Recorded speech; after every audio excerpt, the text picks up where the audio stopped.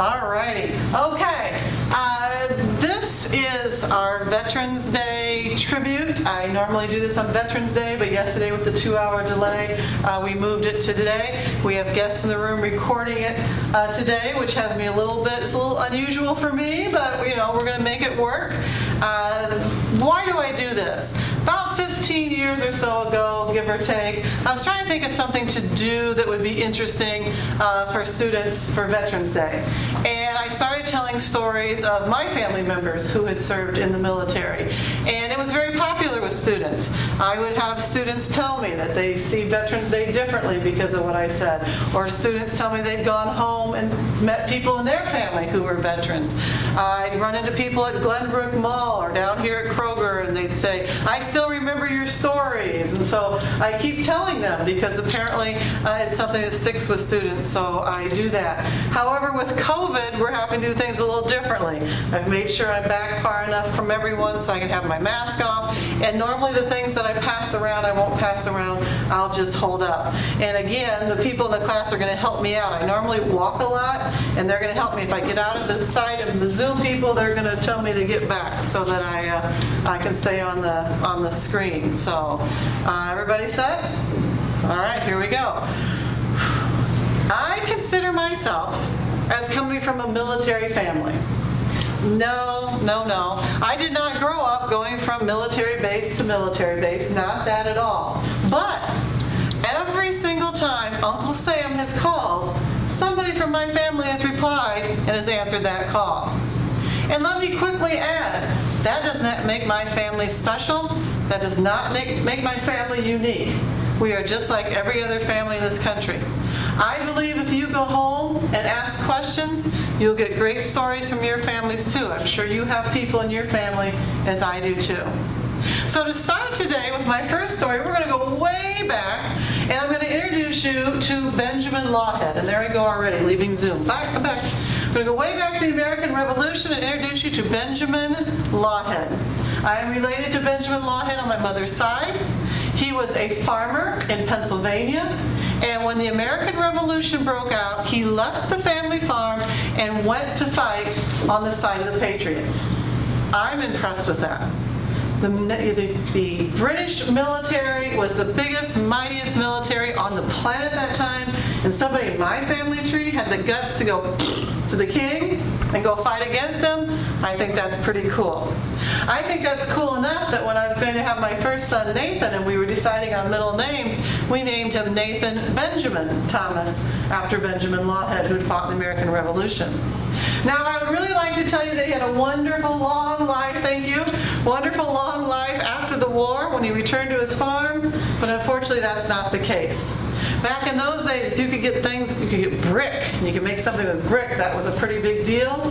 And he was able to buy a bunch of bricks, but before he could make a building out of it, they fell on him, crushing him, and he died. So he didn't get to live very long after the American Revolution. But that does not end our story. Next, I would like to introduce you, show you guys here at home first. The guy in the middle is my Grandpa Durst, my dad's dad.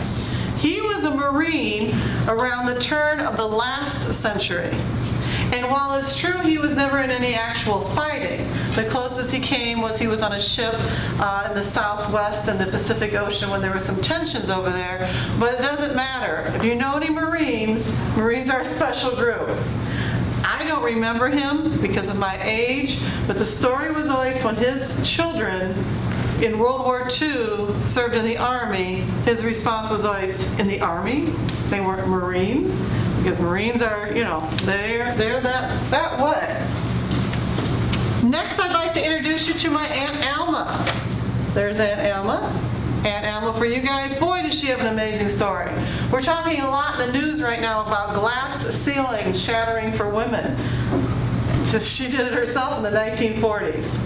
Aunt Alma was the fifth woman in Fort Wayne to enlist after the United States got involved in World War II. The fifth woman. That's impressive of itself. But we can go even farther. Aunt Alma was a high school dropout. No disrespect to her. She was a teenager during the Great Depression. It was common in those days for girls in particular to stop going to school. She had some health issues, that is true, but also not working, she could do laundry for people, do other things to help make money for the family. So she dropped out of school, which was not seen as a huge deal until she got to the Army. When she was going through her training, people were like, "Have you met Alma? She's so smart. She's a high school dropout. But she's so amazing. She's smarter than everybody else here. What are we going to do? She doesn't have a high school diploma." So they broke the rules for her and let her go to officers training school without the high school diploma. Just broke the rules for her. And she did well with that. She kept moving up. And she got to the point that she was in the office, that they, not alone, there was a group of them, they were in the office to determine where all the stuff was in Europe, for a lack of a better term. And what does that mean? Well, if you don't know where your stuff is, people are going to die. It's that simple in a war.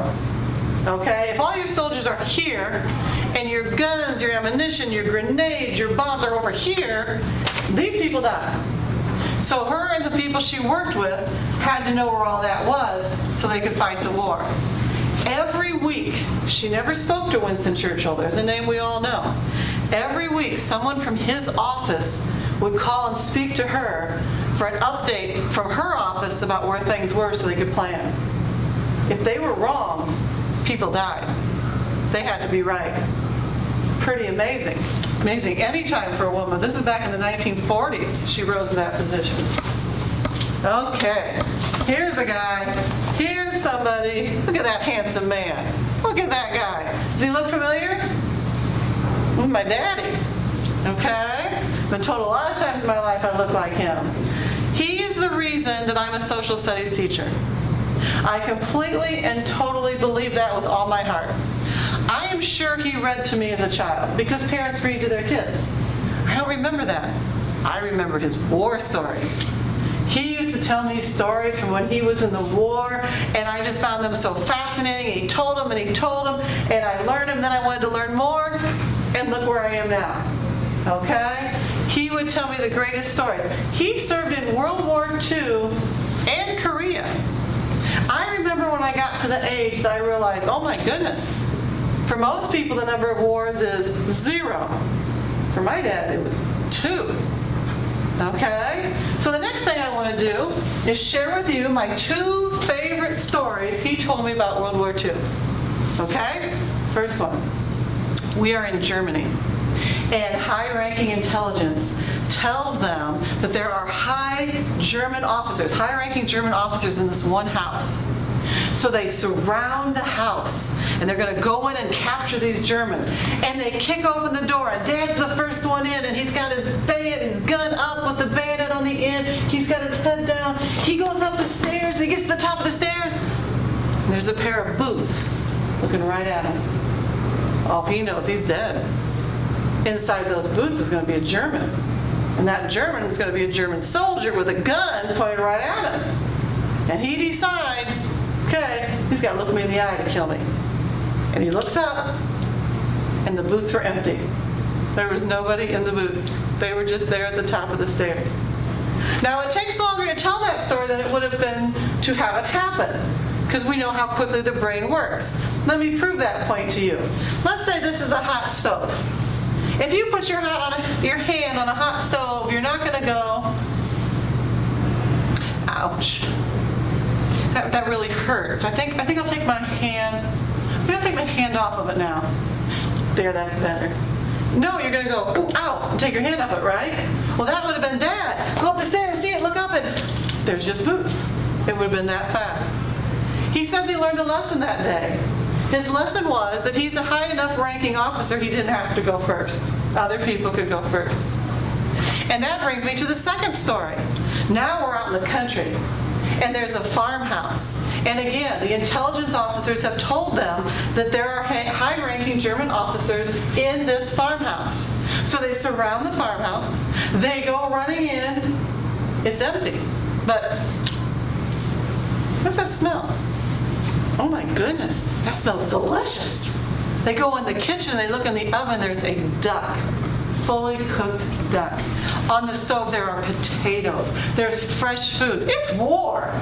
They haven't had real food in months. They've had that old dry stuff that they give them, the MREs and whatnot. This is good food. So Dad and the officers send the other soldiers out into the woods that were behind the farm. Go look for those German officers. We'll wait here for you to get back. And then he sat down for what he called for the rest of his life, the best meal of his life. And that's not all. When they were sitting there eating, they heard voices. So one of the officers looked out of the curtain, and those German officers were coming back from the other way.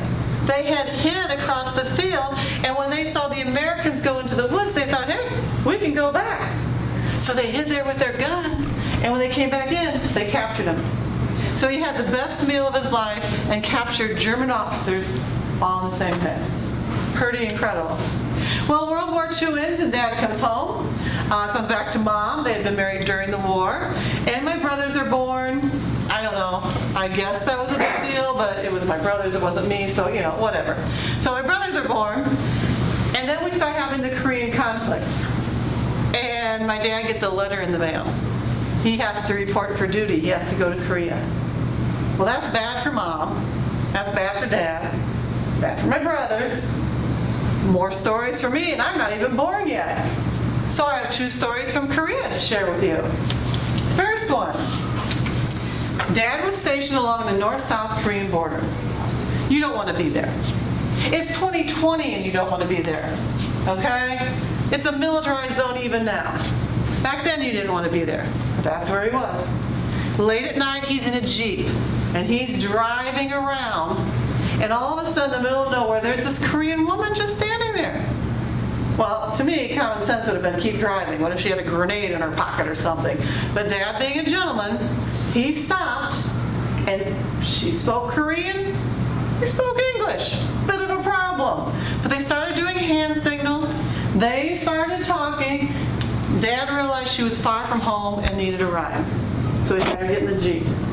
And they start driving, and they turn, and they start driving. They're doing all this. All of a sudden, they're in North Korea. This is not a good thing. Dad's an American. If he's seen, he's dead. It's that simple. All of a sudden, there's a farmhouse. She gets out of the Jeep and starts doing this, which apparently is the international symbol for waiting, because she did this as she went in the house, and Dad waited. When she came out, she had this little doll. Okay, there's what she had in her hand. There is a playing card next to it. Not that the card is of any value, I just wanted to show how tall it is. It's not very tall at all.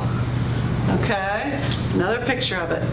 If you lift up the head, it's like a thick toothpick. I used to, as a kid, call it the world's first bobblehead. Okay? Dad was like, yeah, thank you, thank you. And as he drove away, just threw it on the seat of the Jeep like, I waited for that? Could have died for that? He got back where he needed to be safely. Went to sleep, sun's coming up. A few hours later, a South Korean comes in, holding the doll that he had left in the Jeep, and said, how did you get this? And he told his story. And the South Korean soldier said, well, do you know what this means? And he's like, no. Now, we're not going to judge. There's no place for judgment in this room, okay? We're going to understand the woman's heart, her intentions were good. It was the 1950s in the middle of nowhere in Korea. In that area at that time, according to the South Korean, there were people that believed that those dolls were like magical. They'd give you additional life. So on the day that Dad was supposed to die, that head would fall off, and Dad would get to live farther and have a longer life. Well, of course, that didn't work. Stupid doll didn't do what it was supposed to do. It's still around, and he's not, but that's what she believed. So in her heart, that was very kind. She was giving Dad an extra life. Okay? Second story from Korea, and I learned a lesson from this second story. They have to move the troops. So Dad's in an airplane with a pilot. He's got a map on his lap, and he's looking out the window. And they need just the right place. You can't just move anywhere. They had to have a place with roads in or out. They needed some flat land for helicopters or whatnot. They needed space. So as he's looking to where to move the troops, he hears a crash of glass. Not good, correct? We'll all agree to that? Not good. And he turns, and the pilot is unconscious. Without any training, just adrenaline, Dad's able to get the plane that's now going down, he evens it out, flies it back, and lands and saves his life. One little piece of that story is a lie, but yet that's the lesson I learned. Many years after that, when I was an adult, my dad shared with me that pilot had been shot and killed. He wasn't unconscious, he was dead. And that's when I realized something. It was very important for my dad to share with me his experiences in the military, but yet I was his little girl, and he didn't want to scare me. So the stories he told me were eating duck, empty boots. He didn't share with me any of the horrors that go with war. Which leads me to my Uncle Verlin. Horrors of war, not everybody comes back. This is my mom's brother. He was ROTC at Purdue, boiler up. He graduated. My grandma and grandpa and one of my aunts went down to see him graduate. Because he was ROTC, he was activated immediately, came back to the farm briefly, and then downtown at the Baker Street station, you familiar with that is? There's a bus turnaround and bike by it. He left from there. He did not come back. He was in a tent. Battle of the Bulge is raging on. And a bomb hit the tent that he was in. He would have had no notice, no way to run, just ended.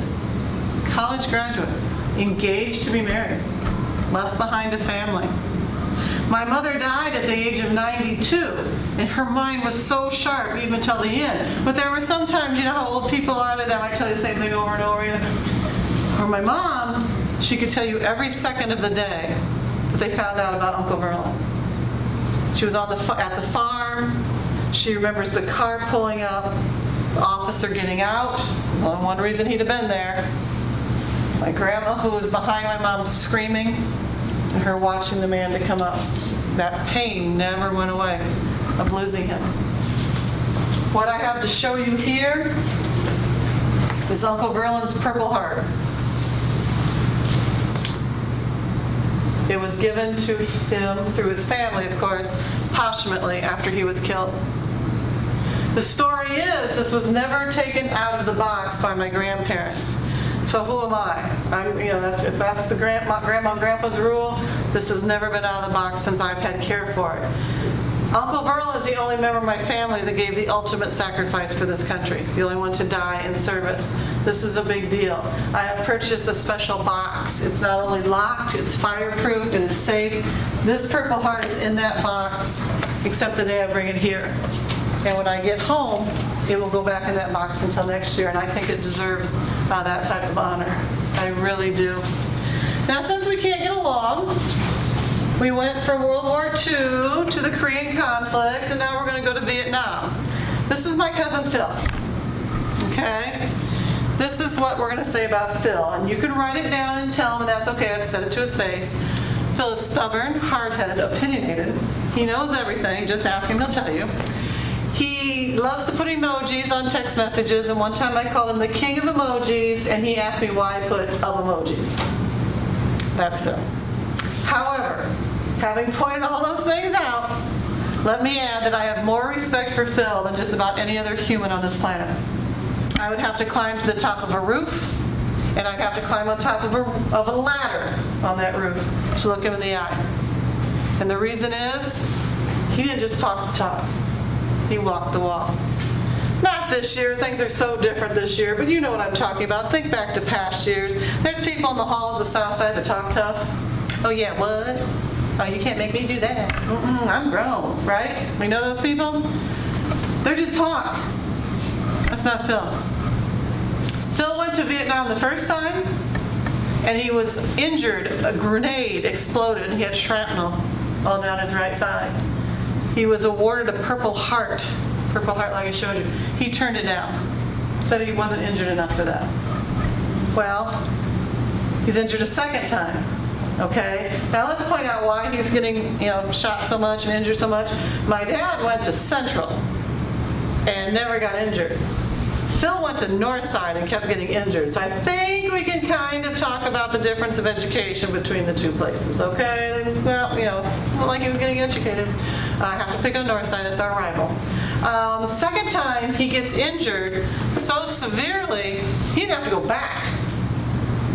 He did not have to go back. Think about that. Phil, you can spend the rest of your tour in the United States. Who's not going to take that deal? No one would have thought poorly of him. He was so severely injured. But guess what? He went back. He said, I have to go back to my men.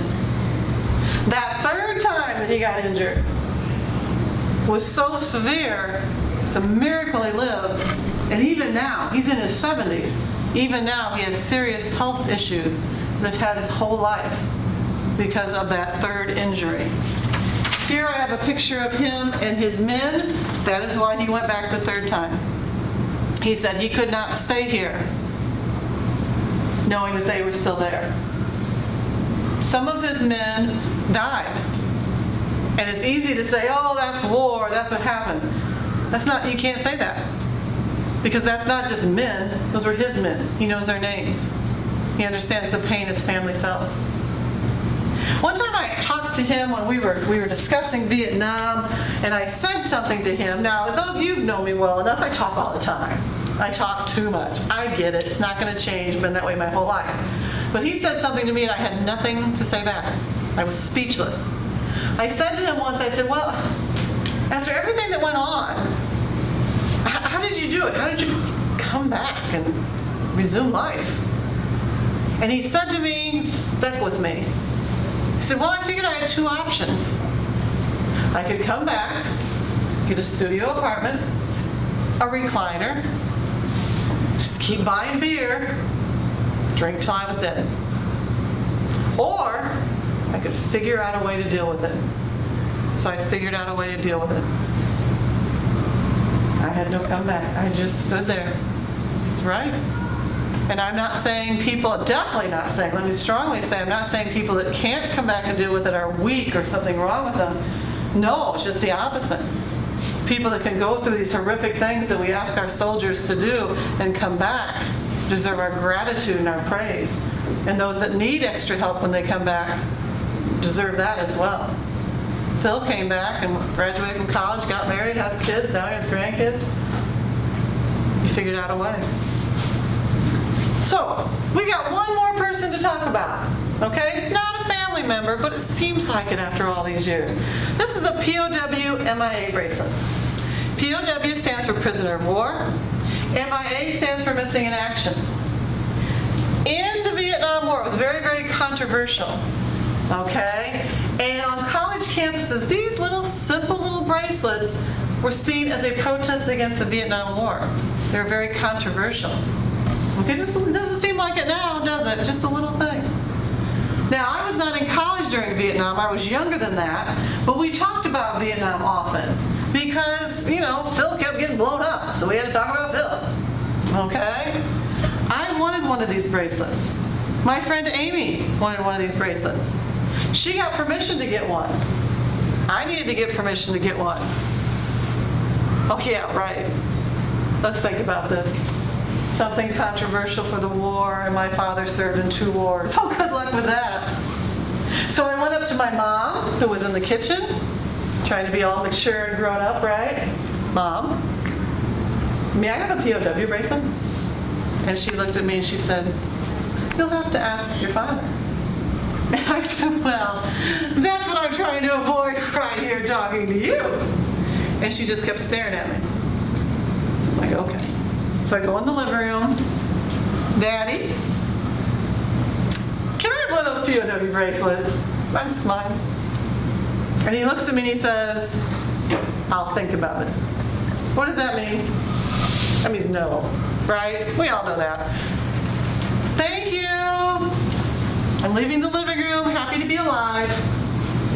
The next day, he says, you can have one of those, but you have to use your own money to pay for it. So Amy and I sent for it. I don't remember how much it cost, I'm afraid, I'm old, but it wasn't much. And then a little box came in the mail, and I got my bracelet. It was Captain Dennis Eilers, 12/24/65. The date is the day he went missing, Christmas Eve. Yeah, Merry Christmas, everyone.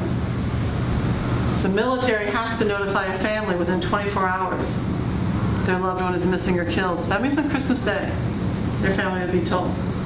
But I'll get to that in a minute.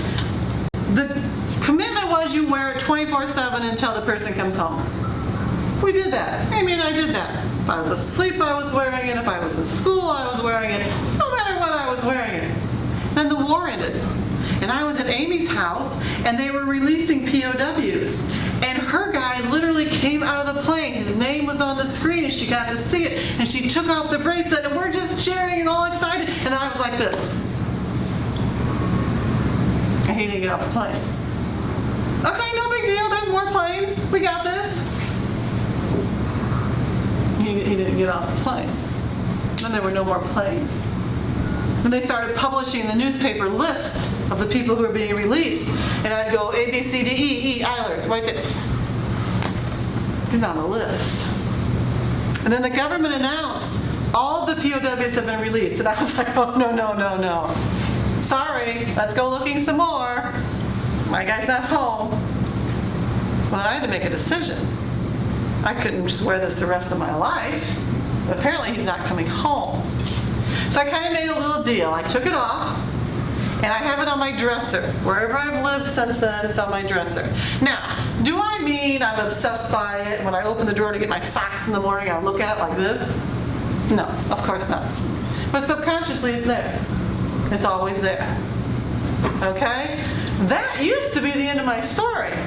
That used to be when I was done. And oh, thanks, Miss Thomas. Oh, yay, it's time for the bell. Can I get a drink of water? Whatever happens then.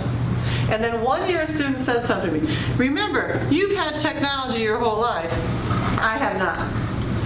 I'm also not great with names. You probably figured that out. But what I am really, really good at is remembering where you sit. Okay?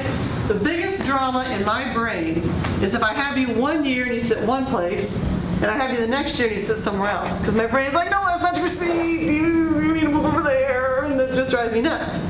So, based on that, 1 year, second row, third seat, a young man said, did you look up the Vietnam Memorial online and find out about him? The what? Who? What are you talking about? He goes, well, just get online and find the website for the Vietnam Memorial. I have no idea what you're talking about. What are you saying? Because this was all really new. We didn't always have technology here. And he's like, well, I'm like, just come help. And the early computers, they took up the whole desk, right? Those great big things. He did a few clicks, and all of a sudden he's like, there it is. And we're looking at his name. I was like, wow. He was from Iowa. He grew up on a farm. He wanted to be a pilot, so he enlisted in the Air Force. When he was shot down over Laos, he was in a stripped plane, which means a secret mission. His plane didn't say, United States of America. It said nothing. Him and the two other people parachuted out, heat imagery tells us. Let's not know what happened when he hit the ground. So I'm sitting here, some kids, this is back when we had 30 kids in a room, not the small number we have now because of COVID. Some of the kids had filled in behind me, everybody's excited. As a teacher, that's really awesome because everybody's really excited, yay. And then one of the kids behind the desk said, there's a picture, push the button and see the picture. Okay, I got this. I'm gonna push the button, okay. And it was really hard for me because I had worn his bracelet for so long, I'd already imagined in my mind what he looked like. And he was good looking. I don't care what anybody says. In my mind, this is a great looking guy. But what was I gonna do if I actually saw him? I finally pushed the button. For the first time in decades, I'm looking at Captain Dennis Eilers. He's good. This is good. Handsome. I'll take that. But it was so much emotion. And I'm just sitting there, and the students are all excited. And again, as a teacher, it was great, but yet I'm just staring at him. I couldn't even blink. I was just like looking at him. And one of the other students said, you can send a message. Look, there's a place to send a message. I said, okay. So everybody sat back down and went to the board. We worked together what we were going to say. And we came up with this. And this is probably not 100% exact. It's been a while, but it gives you the idea. To the family of Captain Dennis Eilers, I just want you to know there's a little girl in Indiana who wore your loved one's POW bracelet. I still have it. I will not give it to anyone but family. And I hit send. Well, back in those days, if I got 5 emails a day, it was a busy day. Now I get like 5 emails every class period. But a couple weeks after that happened, I had an email from a woman that I didn't know, which again, back in those days, it was new. So I opened it up, and it was from a friend of his who said, I read what you posted. I went and read it. They're still in a small town in Iowa. I read it to his mother, and she cried. And she doesn't want it back. She's touched that somebody still has it and is still wearing it. And I thought to myself, if I can get tears over having it, here comes round 2. And I type back, not only do I have it, every year on Veterans Day I wear it, and I tell his story to my students. Send. A few weeks later, there's an envelope for me downstairs. They took the time to Google the address of Southside High School because I'd identified where I was and all that. And in the envelope, I'm looking at Dennis Eilers' grown children. When they were on a trip, I sure wish I could pass these around like I normally do, but COVID, they had gone to Washington, D.C. to see the wall. And these are the pictures they shared with me. And they told me, yes, indeed, they came on Christmas Day. They don't remember their dad. They were too young. But they said the story was their mom insisted they have Christmas. And Santa still came, and they didn't tell the children until after that because they didn't want their memory of Christmas for the rest of their lives to be hearing that their father was missing in action. So that used to be the end of the story. That was the end. We stopped there. I am planning here in Fort Wayne. They are building a replica to the wall. Once that's done, I plan on putting on my bracelet and heading out there and finding his name for myself on the wall. But until then, 1 year, a student of mine, a kid named Austin, was interested in my stories. So he went home and did some Googling. And he ordered this for me. This is a pencil etching of his name on the wall. And that's pretty cool to me. Not only is it cool to me to have that I had a student that took the time to do that. Well, again, that used to be the end of my story. But no, I've got one more thing. Maybe you guys will be the ones that find something else for me to do. Another student did some Google searching, and he was found. Not exactly all of him, but listen to what happened. We have a commitment, we're going to bring everybody home. Dead or alive, we will bring you home. We will not give up until someone's brought home. But we don't get along with the Laotian government very well. So every time we asked to go in to look for him and the other 2 men, it was denied. Finally, in 2013, from 1965 to 2013, finally the okay went. So they went to the last location where they had seen them jump out of the plane, and they went to the old people, because they would have been the people that had the memories.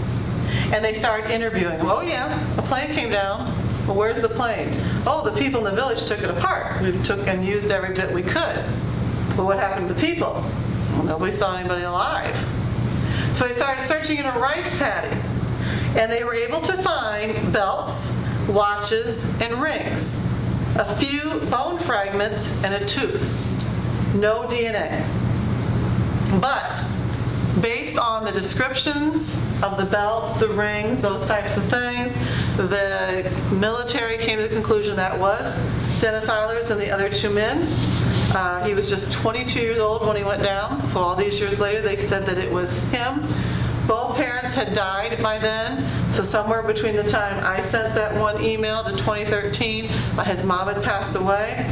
But, as should be, the remains they found have all been buried in Arlington National Cemetery. So he is where he belongs, in Arlington National Cemetery. And if I ever get back to Washington, D.C., I plan on going and looking for him there. So that is the last of my stories. And again, as I said at the beginning, mine aren't unique. Hopefully this triggered some thoughts, and maybe you can ask your family, who's a veteran? What are your stories? And get your stories that you have and that you can share and pass along so that they don't die. So thank you for being on Zoom. Thank you guys for being such a good audience and for recording. You guys did a great job. Thank you.